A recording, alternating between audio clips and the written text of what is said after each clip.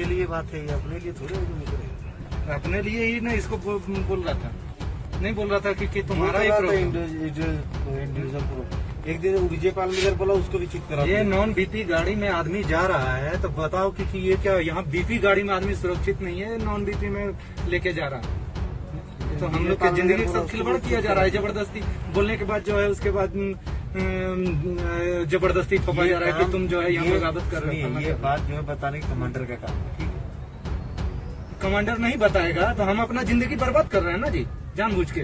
Commander नहीं बोलेगा, commander को क्या जरूरत है बोलने का, वो तो नहीं बोलेगा। सामने क्रम अक्सर आपने भारतीय फौजी एहलकारों की वीडियो सोशल मीडिया पर वायरल देखी होंगी, जिसमें वो रोते चिल्लाते कभी खानों का गिला करते हैं, कभी सख्त मौसम का और कभी अपने सीनियर अफसरान के रवैयों का।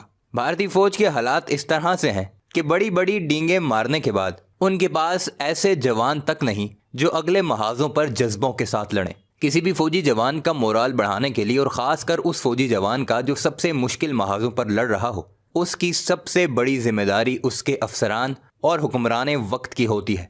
लेकिन भारतीय फ़ौज के अफसरान तो अपने जवानों को अपना ग़ुलाम समझते हैं और उनकी बेगमात को अपने फंक्शंस और पार्टीज़ में नचवाते रहते हैं। इस बात का अगर आपको सबूत चाहिए तो भारत ही के फ़ौजी की ज़ुबानी आप यूट्यूब पर सर्च करके इसे देख सकते हैं।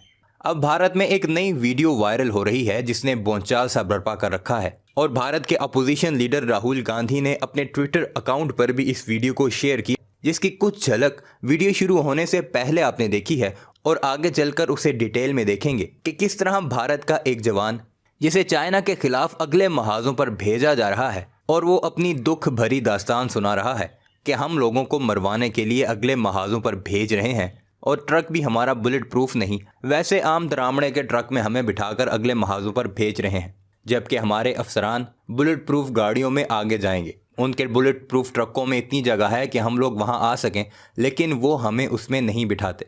जबकि दूसरी तरफ पाकिस्तान के किसी भी फ़ौजी अफसर की या किसी भी फ़ौजी जवान की आपने कभी ऐसी वीडियो नहीं देखी या सुनी होगी जिसमें वो अपनी आवाम से, अपनी हुकूमत से या अपने फ़ौजी अफसरान से ये गिला करता दिखाई दे रहा हो कि मुझे खाने के लिए सामान मुहैया नहीं किया जा रहा, मुझे अच्छा खाना नहीं दिया जा रहा या मुझे बुलेट प्रूफ गाड़ी चाहिए। जैसे भी हालात हों, मुश्किल तरीन वक्त हमारे उन फौजी जवानों और अफसरान ने देखा है। बलूचिस्तान की अक्सर वीडियोज़ आप देख रहे होते हैं, लेकिन किसी फ़ौजी जवान ने कभी ये मुतालबा नहीं किया कि मुझे ये चीज़ फ्राहम की जाए, इस तरह की गाड़ियाँ दी जाएँ।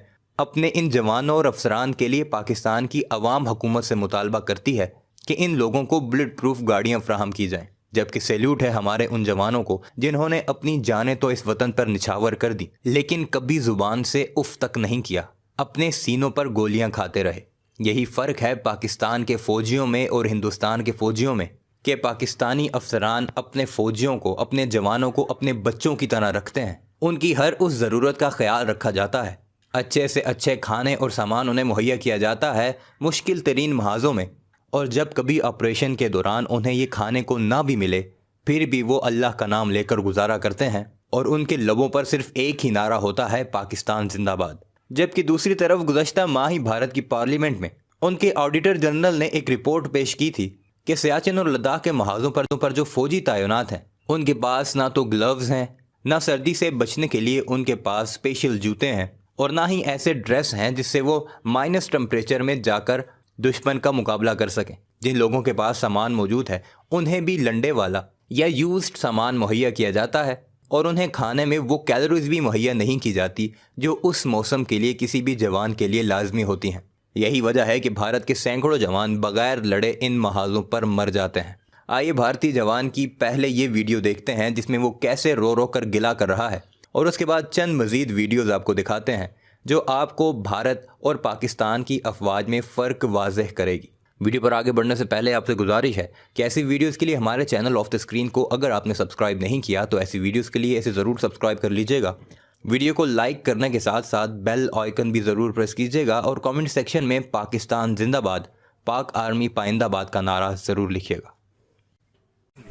सबके लिए बात है, ये अपने लिए थोड़े है। अपने लिए ही ना इसको बोल रहा था, नहीं बोल रहा था कि तुम्हारा ही इंडिविजुअल प्रूफ। एक दिन विजय पालमेकर बोला, उसको भी चित करा। ये नॉन बीपी गाड़ी में आदमी जा रहा है तो बताओ कि ये क्या, यहाँ बीपी गाड़ी में आदमी सुरक्षित नहीं है, नॉन बीपी में लेके जा रहा है। ये तो हम लोग की जिंदगी के साथ खिलवाड़ किया जा रहा है जबरदस्ती। बोलने के बाद जो है उसके बाद जबरदस्ती थोपा जा रहा है कि तुम जो है यहाँ पे गलत कर रहे हो। ये बात जो है बताने की कमांडर का काम है, ठीक है। कमांडर नहीं बताएगा तो हम अपना जिंदगी बर्बाद कर रहे हैं ना जी, जानबूझ के। कमांडर नहीं बोलेगा, कमांडर को क्या जरूरत है बोलने का, वो तो नहीं बोलेगा। सेक्शन कमांडर को क्या करेगा, सेक्शन को लेकर अपने ओसी साहब 5 आदमी को लेके अपना बीपी उसमें और 10 आदमी जा सकता है कि नहीं? ये पूरा सेक्शन को ले चले उसी में, वहाँ जब रहता ही है तो। एक बड़ा ट्रक एक अलगे यहाँ जो मरने वाला है सबको छांट के भेज दिया, जाओ मरो इसमें।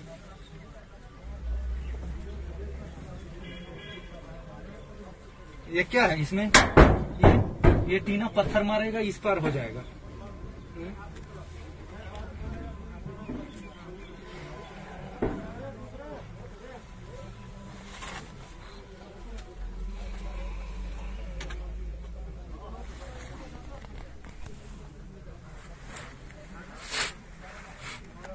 बहुत बेकार व्यवस्था है, पूरा गाड़ी का भाड़ा दे रखा है। अपने बुलेट प्रूफ में जाता है ओसी इंस्पेक्टर और कंपनी को टीम को बोल देता है नॉन बीपी में जाओ। बोलने के बाद बोल रहा है गाड़ी कहाँ से लाऊं? तो अरे आप व्यवस्था कराना आपका काम है, ड्यूटी ले जा रहे हो, हम लोग की जिंदगी के साथ खेल रहे हो, हमारे परिवारों की जिंदगी के साथ खेल रहे हो।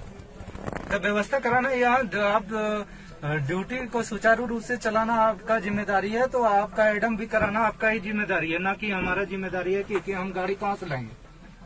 गवर्नमेंट अगर ड्यूटी करा रही है हमको तो हमको गाड़ी व्यवस्था देगी।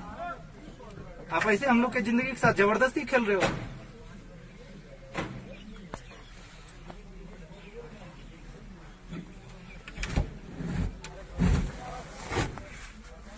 इस पर कोई नजर नहीं रख रहे लोग, इस पर कोई बोलने को खुश नहीं है, लेकिन हम बोलेंगे, हम छोड़ेंगे नहीं। इनकी मेन साहबों की जो दादागिरी सेना में चल रही है अफसरों की, इन अफसरों ने अपनी मेन साहब लोगों को आगे कर रखा है। कहीं भी अगर कोई वीआईपी अफसर आता है तो जूनियर अफसर अपनी मेन साहब को लोगों को वहाँ रिसेप्शन में भेज देंगे। इस प्रकार से इन लोगों ने अपनी एक यूनिटी बना रखी है। सीनियर अफसर से जूनियर अफसर तक सब एक हैं, ये मिले हुए हैं। इन्होंने सेना के अंदर फैमिलीवाद फैला रखा, परिवारवाद फैला रखा है। सेना में, सेना की कार्रवाई में इनके परिवार का कोई भागीदारी है होनी नहीं चाहिए। इनके परिवार का क्या मतलब है सेना में? इनके परिवार, इनके बच्चे, इनकी फैमिलियां, इनकी मेन साहब लोग यहाँ कमांड कर रही है, उनका चल रहा है। यहाँ वो बोलेंगे वो होगा, वो किसी को जवान को बोलेंगे इसको वहां भेजो तो साहब अफसर उसी को वहीं भेजता है। क्यों? इन मेन साहब लोगों का बोलबाला है सेना के अंदर। सेना तो इन मेन साहब लोगों की उससे चल रही है। कहाँ से सफल हो सकती है? कहाँ से सक्सेस हो सकते हैं हम लोग? इनकी फैमिलियां कमांड कर रही हैं, जिनको कि फौज के बारे में कुछ पता ही नहीं है। वो जवानों को ब्लडी बोलती हैं, उनको सलामी मारनी पड़ती है, उनको सलूट मारना पड़ता है मेन साहब लोगों को। ऑफिसर बोलता मुझे मारो मत मारो, मेरे मेन साहब को सलूट मारो। तो ये कौन सा काम करवा रहे हो आप हमसे? हम आपकी मेन साहब को सलूट मारे तो आप भी मारो हमारी मैडम को सलूट। आप हमारी मैडमों को वहाँ फैमिली वेलफेयर सेंटर में डांस करने को बोलते हैं, आपकी मेन साहब लोग हंसती हैं। आपके बड़े सीनियर अफसर आते हैं, जूनियर जवानों की मेन साहब वहाँ डांस कर रही हैं, नाच रही हैं।